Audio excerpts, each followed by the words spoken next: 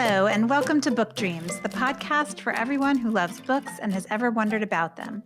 I'm Julie Sternberg, author of a number of children's books, including Like Pickle Juice on a Cookie and its sequels, and the Top Secret Diary of Celie Valentine series. And I'm Eve Yohalem. I'm also a children's book author. My books include The Truth According to Blue and Cast Off, The Strange Adventures of Petra de Winter and Brom Browen. In each episode of this podcast, we consider a book-related question. And in this episode, we consider speculative fiction. What is it? What's it like to write it? Or at least that's what we set out to consider. Turns out our guest has a range of interesting experiences, so we ended up covering a lot more. Yes. Mark Oshiro is the award-winning author of Anger is a Gift and Each of Us a Desert, two young adult novels. Each of Us a Desert is speculative fiction, and Anger is a Gift is realistic. Anger won the 2019 Schneider Family Book Award and was a Lambda Literary Award finalist for Best LGBTQ Children's or Young Adult Book. Mark's middle grade debut, The Insiders, is due out in 2021. Yeah, and just to give a quick definition before we get started, we asked Mark to define speculative fiction for us because I think there's a lot of confusion about it. In fact, I know there is because I have been very confused about it. It's any sort of literature that imagines beyond what currently exists. So it's an umbrella term, and it encompasses things like horror, sci-fi, fantasy, and dystopian literature. Anyway, we actually started off talking to Mark about their first book, the contemporary realistic fiction Anger is a Gift, which tells the story of a high school student named Moss who lost his father to police brutality and how he responds when metal detectors and the police show up at his school. Mark has said that their own experiences provided the inspiration for that book. We noted that the book has been very successful, and we asked them about the experiences underlying it. It is correct to say that it's a successful book, but I am one of those stories where it was very slow. It was not immediately successful at all. It did fine, but it took months and months of doing school visits and doing events for it to start picking up steam, especially in the last 6 months. The interest in the book has sort of gained a new life because so much of our country is having this very public reckoning with police violence and police brutality. I've spent so much time, especially since June, talking with young people about what police violence is, what it means, what its ramifications are physically, as well as with mental health.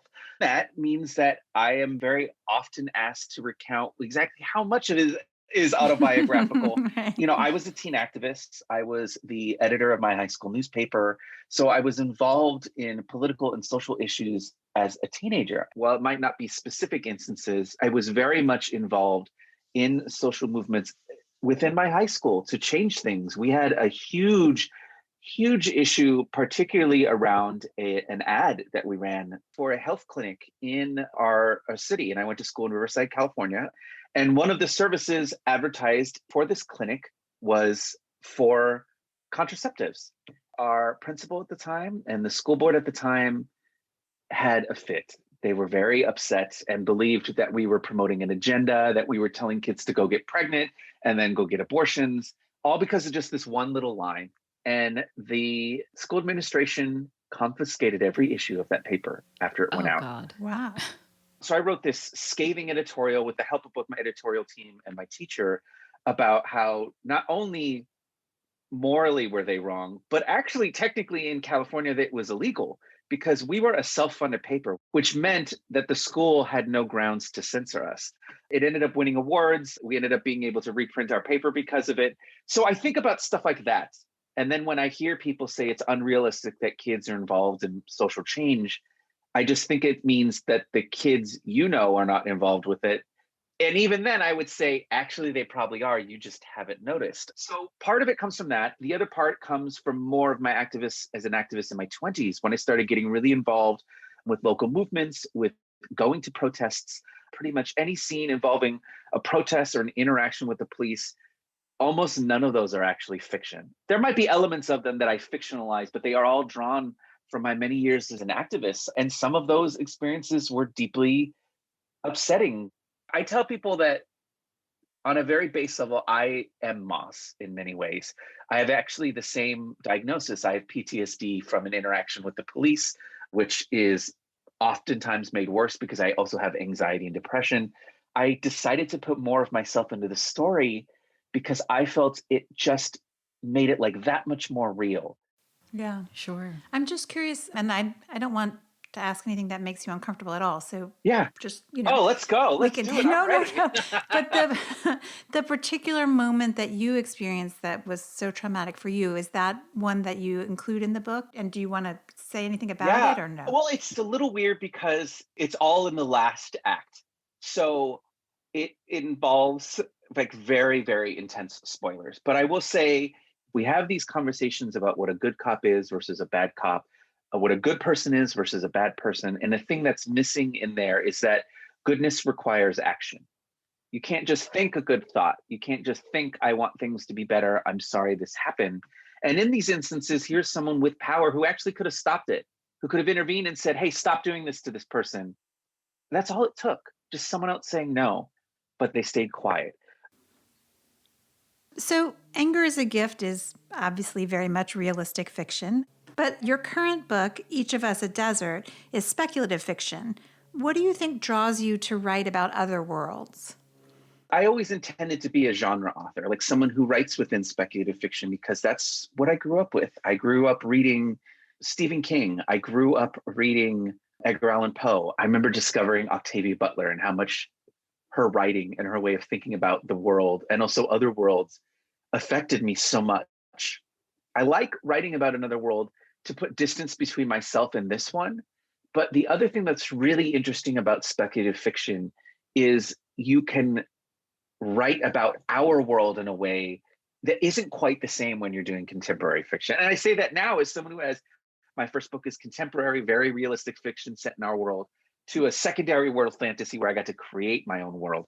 There are just things you can do on a craft level, on a metaphorical level, that are just so thrilling as a creator. In Each of Us a Desert in particular, one of the elements of the story is this whole myth of the cuentistas, these people who have this magical ability to take on people's stories and then return them to their God. And I was grappling with a lot of what I was dealing with as a teenager. I was a teenage convert to Catholicism. And one of the things that was really difficult for me to understand in practice and witnessing it was the act of confession on two Mm-hmm. levels. One, I remember asking this question of one of the sisters, and she was so puzzled by it. And this is 17-year-old me asking a genuine question, which was, do the fathers, do they get therapy? And they were like, It's what? a great question. What do they do with all those sins? Well, but that's the thing is, we're being taught what the sacrament of confession is and how important it is to be honest. You have to go into that sacrament with your heart open and to be vulnerable. And there's something so beautiful about that. And then the flip side being, but what about the person who has to receive that? The ugliest thing you ever did, the worst thing you ever did, the secret you're not going to tell anyone else. And now this person knows it. And I'm just like, yo, it's got to be really hard to hear that all the time. And they were like, no, they have the counsel of God. They don't need to talk to anyone. And I just was like, no, I feel like maybe you do. And so I struggled with that. And then also watching people who use confession as a sort of like spiritual shower. Like, gosh, I'm going to go in, I'm going to say these things, and I'm just going to wash this all clean. But then I'm going to just go back out in the world and get dirty again. And as long as I'm like cleansing myself and doing this, I can do whatever I want in the world as long as I confess it. And so you have both of these things that are very real world issues that a lot of Catholics struggle with, and even people of other faiths who may not actually participate in this specific sacrament. But I got to take them and make them magical. What if there is a person who can pull stories out of people's bodies? What does that physically feel like? If you know the edges of a person's story, the sharp angles of it. What if it's a physical thing, like a bad meal, or like a poison? And what does it feel like to know all the secrets of everyone around you? You get to exaggerate in speculative fiction, but at the same time, you can address it in these really intimate, fascinating ways. It does seem like speculative fiction of many types is really growing right now. Is that fair to say? Yeah, I think the fact that there are so many more deals for things that you would fall under the speculative fiction umbrella than there have been in a long time, I think is an amazing sign of not only the growth, but just the willingness publishers have to publish things off the beaten path, to get a little strange. So, why do you think this is a moment of growth? And also, I know that queer speculative fiction is really growing as a genre. Is that only about long overdue representation, or are there other reasons that speculative fiction, that books that could contain magic or things that are not of our world, lend themselves to the expression of queer stories or of the stories of oppressed groups? I love that you brought up that it's not just this overdue moment for a lot of us, because I do think that plays a part in it. And I think we are seeing that publishers are realizing, like, oh, wait, other people buy books. Other people appreciate having books marketed to them and represented by them.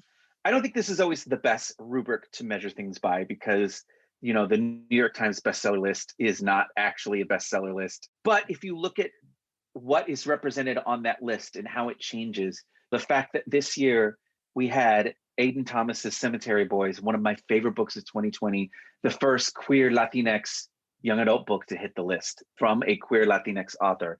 You have Legend Born by Tracy Dion hitting the list. You have so many authors who belong to these groups that have been ignored by the publishing industry. And for so many of us, it's a struggle to get our books published. So yeah, I think that is part of it. I also wonder if, because we are in such a tumultuous time, what we're seeing now is speculative fiction developing new worlds, reimagining old myths or whatnot. But what I love about it is a lot of the fiction we're seeing still has like one foot in our world, one foot in a new one, Mm-hmm. where we're grappling with this major upheaval that's happening, not just in the United States, but all over the world. People are increasingly finding new ways to address what's happening, to grapple with it, and also to imagine something else. I love that point about speculative fiction allowing us to grapple with the realities of our actual world. I think setting problems and crises in a speculative world gives us the distance that we sometimes need to consider what's at the heart of our problems and what has to happen for us to address them. Yeah, and nothing makes this more clear than Mark's book, Each of Us a Desert. This central idea in the book of the quintista physicalizing a spiritual process. In the world of Mark's book, people must confess their sins to the quintista. They get physically sick if they don't. And in turn, the quintista feels physically ill while holding on to another person's secrets and must give up the stories to their God. They literally vomit up the story into the earth, after which they forget the story. So Hmm. really interesting way of illustrating the corrosive nature of shame and secrecy, as well as the Catholic concept of guilt and confession that Mark talked about. Yeah, I really found that fascinating. And this is actually also the point where we left speculative fiction to talk about something else that turned out to be fascinating, which has to do with Mark's experience as a sensitivity reader for the past 4 years. We asked them about that experience. If you're not familiar with the term, a sensitivity reader, or sometimes they're called cultural reader, authenticity reader, it is someone who does an edit on a manuscript, whether it's fiction or nonfiction or poetry or a script or whatever, but it's a targeted edit. You are editing for a specific experience, a specific identity. Generally speaking, the reads are done for someone who belongs to a disenfranchised, marginalized group who is represented in that body of work in some form. Sometimes a read is a whole book. Sometimes I'll get a manuscript and it's, this character is only in this one chapter. Will you give it a look? And generally speaking, what I'm doing is not reading, there's not a authenticity that's like, this is perfect and represents all people, but is there anything in this that fulfills a stereotype, either a racial stereotype, a cultural stereotype, any of those sort of things? I often think of it as, is there something in this text that is going to pull a reader out, that they're suddenly going to, especially if they're part of that group and they're going to read it and they're like, oh, wait, no, that rings false. That's not how we do it. That's not how the experience was for me. Very rarely are we actually solving an issue for someone. Most of the time when I'm doing a sensitivity read, I just want to point it out and say, hey, this made me uncomfortable, or hey, this definitely fulfills a stereotype. Sometimes, every once in a while, I'll be like, I would suggest doing this or whatnot. But I think there's this mistaken belief that sensitivity readers, like, we're going in and we're changing people's stories and then giving it back to them, when the vast majority of us never do anything of the sort. We're just suggesting possible solutions, but mostly pointing out. I have done, I'll just say this. If you have read a New York Times bestselling YA book in the last 4 years, you've read one that I've sensitivity read. I've done close to 300 or 400 of them in the last 4 years. Wow. Oh my Wow. goodness. Yeah, it's pretty frequent. As far as I know, it's pretty accepted at most of the major houses. I tend to only want to read books where you have queer characters, where you have Latinx characters, where you have characters dealing, things that I've been through where I can provide feedback. I've had to do some very uncomfortable sensitivity reads where my feedback is from a premise level, this is bad. This is incredibly harmful. Most of us who do sensitivity reads, we sign NDAs for good reason. Having that space where it is between you and an editor, you're in the space where you may have done something harmful or put in a stereotype that you had no idea existed. And then the beauty of it is that you are in this space where you can make a change, and you can make a change that fundamentally does not change your novel and you still get to tell the same story. Or in some of the bigger ones, you get to fundamentally change it and make it better. When I have to give the really difficult feedback, I often code it with, I want your story to be better. And I want this book to be better. And I want this book to hit. I can see what you're intending. Here are the things that hit absolutely on the right marks that are so thrilling and exciting. Here are the things that take me out of the manuscript, that make it hard for me to just disappear into the story, because that's something any reader, you don't have to be part of a marginalized group to have that. You've had an experience where you're reading a book and all of a sudden you're like, no, that's not how that happens. It's exactly the same when it comes to things like race or gender or sexual orientation, gender identity. We all have moments where someone just doesn't know something. And it really is okay not to know. You can't know what you don't know. Any feedback is hard. Feedback stings. It sucks to get criticism. It sucks to see flaws pointed out in your writing. Well, and nobody wants to be culturally insensitive. So to find out that you have been is just, it's embarrassing. You feel bad about yourself. But there's no reason for me just to flagellate you or self-flagellation. What is best is do the work to make it better. I had a sensitivity read for the middle grade novel that I have coming out in May, and it shifted in a pretty profound way how I think about writing when it comes to race. So I loved hearing about Mark's experience with that. I had had this notion that used to be, I think, pretty prevalent, which was I wouldn't identify anyone's race in my writing, in part out of fear. The fear was if I do identify race, then I might inadvertently say something that was wrong in some way, which I certainly don't want to do. So I told myself, don't identify races. Readers can decide for themselves. But of course, in the world that we live in, often the default then becomes white. And that's a big problem, obviously, because books then become just this sea of white, which is not reality and which is harmful for all kids. So I rewrote to add identifying characteristics for everyone's race. And then we had a sensitivity reader read that version. And she made a great point that I hadn't seen. So a lot of my story takes place in a department store that has a white owner. So most of the people of color and also most of the people who are white were in the roles of employees to a white boss. I couldn't change that because that was the reality of that setting, but I could add other characters who weren't white, who played roles that weren't defined in relation to someone's white in the vein of employee to boss. So, for example, I could and did add friends for the main character, family members, doctors, or what have you. They could be people of color and play a different and important role. The book is so much better as a result of that read. Sensitivity readers play such a valuable role and they're compensated for it, which is really, of course, important. Yeah. I've never worked with a professional sensitivity reader. And when I wrote Blue, the publisher didn't bring in a sensitivity reader the way I know a lot of publishers are bringing them in now. And I think I've told you this story. There's a scene in The Truth According to Blue where Blue is trying to convince her parents to let her do something that's illegal. And she makes this huge speech about how sometimes it's really important to break the rules in order to do the right thing. And she says, think about Gandhi and Rosa Parks breaking the rules. And her father looks at her and says, did you just compare yourself to Gandhi? No, so, he's not having any of it.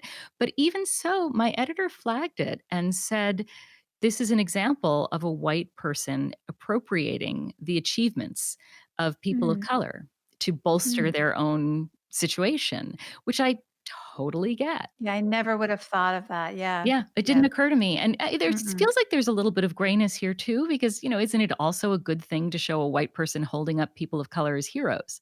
It's so complicated. Yeah, Yeah, yeah. it can be complicated. So I took my editor's advice, and that meant that I had to think of white people to be examples. So I chose Henry Hudson.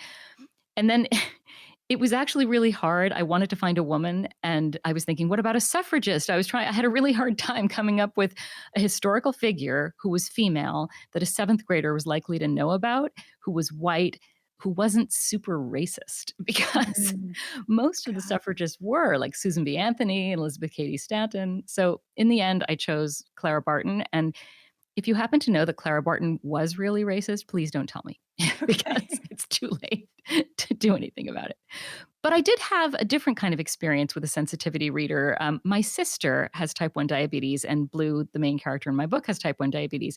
And she read Blue for me and found a lot of small details that I had wrong. And I have to say, a number of reviews that I've gotten from people with diabetes have focused on what a relief it was for them to read a book that's accurate, and I could not have done that without a sensitivity reader. I think that's the point about difference. You can't get difference right without input from someone with direct experience.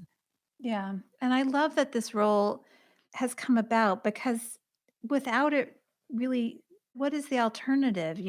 I hate this notion of white people not being able to include any people of color in their books because they might get it wrong. Of course, I understand own voices and I support that, but you still do want books to be representative and you want authors to be able to write a range of experiences and think about a range of experiences in a way that's not harmful. So, Yeah, I couldn't agree more. And sensitivity readers allow us to do that respectfully and sensitively, right? And accurately. yeah. So I think that's it for this episode of the Book Dreams podcast. Thank you so much for listening. Please subscribe if you haven't already. And if you like the podcast and think someone else would too, please rate and review us on Apple Podcasts or your favorite podcast player. Be sure to let us know if there's a book related topic you've wondered about, and we'll try looking into it in a future episode. You can reach us for that reason or any other at contact@bookdreamspodcast.com. We're also on Twitter at bookdreamspod and on Instagram at bookdreamspodcast. You can find Mark at www.markoshiro.com or on Instagram at markdoesstuff. Oshiro is spelled Oshiro. Many thanks to our associate producer, Gianfranco Lentini, and to our theme music composer, Maya Polsky. You can find Eve at eveyohallam.com and me at juliesternberg.com. And check out the podcast website, www.bookdreamspodcast.com. Until next time, happy book dreaming. Happy book dreaming. Come listen to Book Dreams with Julie and me.